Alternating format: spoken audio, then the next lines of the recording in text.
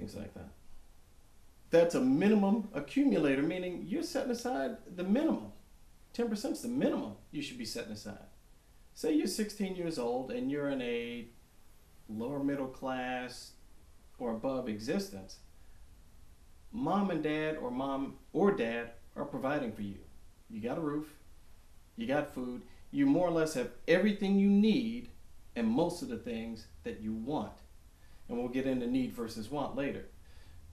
Given that, the money you earn, because you've earned it, you've worked for it, ideally, again, this is in a perfect world, you would set aside considerably more than just that 10%. Because you never know when that big ticket item is going to come up that you're going to want. You just don't know. And with our teenagers, they tend to be rather mercurial in their thought process. It's something different every week. Might be a new iPod this week, might be a new computer, might be a new laptop, might be a trip to Magic Mountain, might be the latest $200 pair of jeans. But in the long run, how's that really going to enrich your life? In the long run, is that going to get you where you want to be financially? Because let's face it, money is just a tool. And the more tools you accumulate in your own personal toolbox, the more things you can do later, the more jobs you can accomplish. Money is just that. It's just a tool, a form of energy, gas in your gas tank, your own personal, spiritual gas tank, however you want to set it up. It's a tool. Don't look at it as money, as an end unto itself. Discretionary income, that's money that is not earmarked for anything in particular. You can just blow it. It's yours.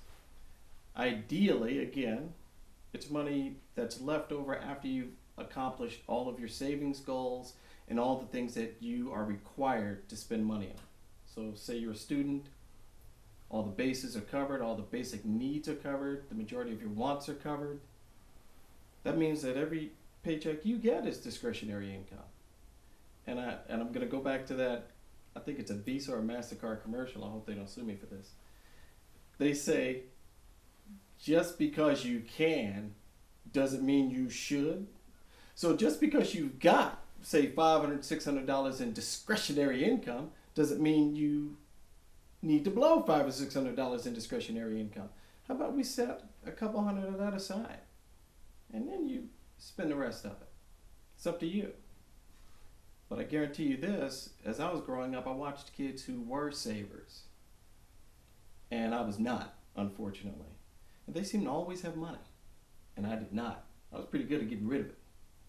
But again, that's an attitude about money that I had to grow past in order to become an accumulator as opposed to a dissipator of money.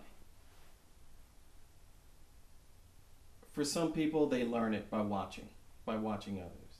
For some people, they're brought up with that discipline. They watch mom or dad or an uncle or an aunt or someone close to them who is a saver, who is an accumulator, and they model themselves after that. Other people, kind of like the tortoise and the hare or the grasshopper and the ant, they have to find out the hard way that it's good to set something aside for that rainy day, because inevitably they're going to have a rainy day and they're going to realize the hard way, should have built an ark. It would have been nice to purchase a few planks to at least put a rowboat together, but if you've got no cash to go buy building materials, you can't stay afloat and you succumb to the waves. Waves of debt, waves of worry, waves of stress, waves of not having enough and feeling like you're not enough, because unfortunately in this country and in a lot of countries, people identify their self-worth with their net worth. I'm not saying it's right, I'm just saying it's so. Some people are extremely good at saving, almost to the extreme, to the point where they won't spend, to the point where money takes on an energy of its own for them, and they feel that the more they have it, the more secure they'll be. Unfortunately, that becomes almost a paranoia, and they're afraid to spend. I've got clients like that. I've got clients with we're talking millions upon millions of dollars. They're in their 70s and 80s and will not spend to buy a new vehicle even though their vehicle is falling apart. They will not take a trip because the hotels cost too much money. They will not get on an airplane because can you believe what they're charging for a plane ticket these days? They're in their 70s and 80s, got millions of dollars. What are they saving it for? It's kind of like the story I heard about the lady who had, I think this was in Dear Abby or Ann Landers, one of the two, the woman who passed away and left 2 or 3 adult children. The adult children went through mom's things. Come to find out, mom had an incredible china collection. The kids didn't know it because they always ate on chipped everyday dishes. And one of them remembered coming across these dishes in the attic when they were a child, or set aside it was some storage compartment, and remembered way back mom saying, no, those are for a special occasion.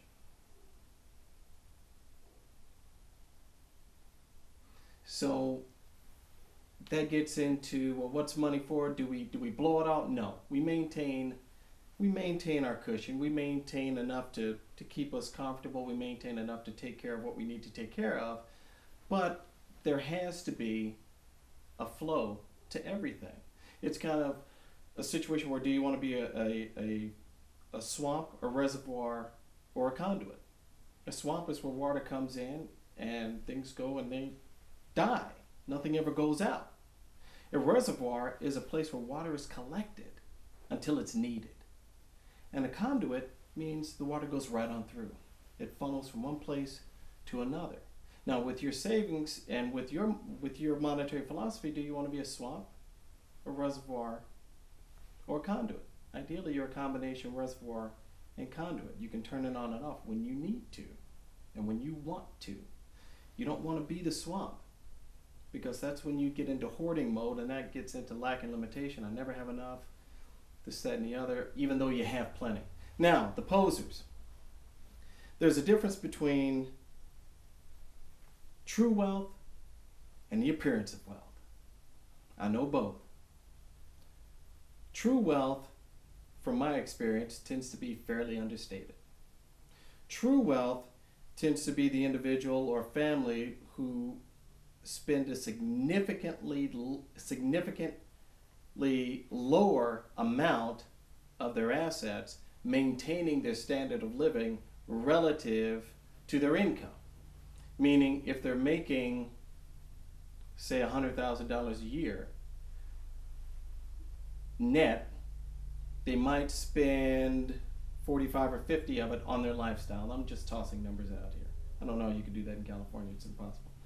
But, unless everything's already paid for, and even then it's a stretch. But the Joneses are those who are maintaining the appearance of money. They might make the same amount of money or less, yet they may net out $100,000, but they might be spending $150,000. I've had that client too, because they've got to have the latest watch, the latest gadget, the latest car. They've got to be in the right neighborhood. The kids have to go to the right school. And oh, by the way, they always have to have on the right thing, and their wallets always have to have lots of cash in it and lots of plastic, which typically are maxed out. So there's true wealth and there's the appearance of wealth. Don't be fooled. A lot of people, especially our young kids, they watch MTV, they watch VH1, and they get caught up with the appearance of wealth. Oh, I got the whip. I got the whip with the spinners on it. I got the gold. I got the this. I got the bling. Most of these people you see, most of these entertainers, they're going to be broke in 5 years. It's a true rags to riches to rags story. More often than not. It's sad, but it's true. Because no one teaches them money management. Unfortunately.